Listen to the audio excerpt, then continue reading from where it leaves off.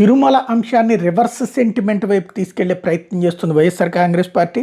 అందులో భాగంగా కరుణాకర్ రెడ్డి కీలకమైన పాయింట్స్ని రైట్ చేసుకొచ్చారు.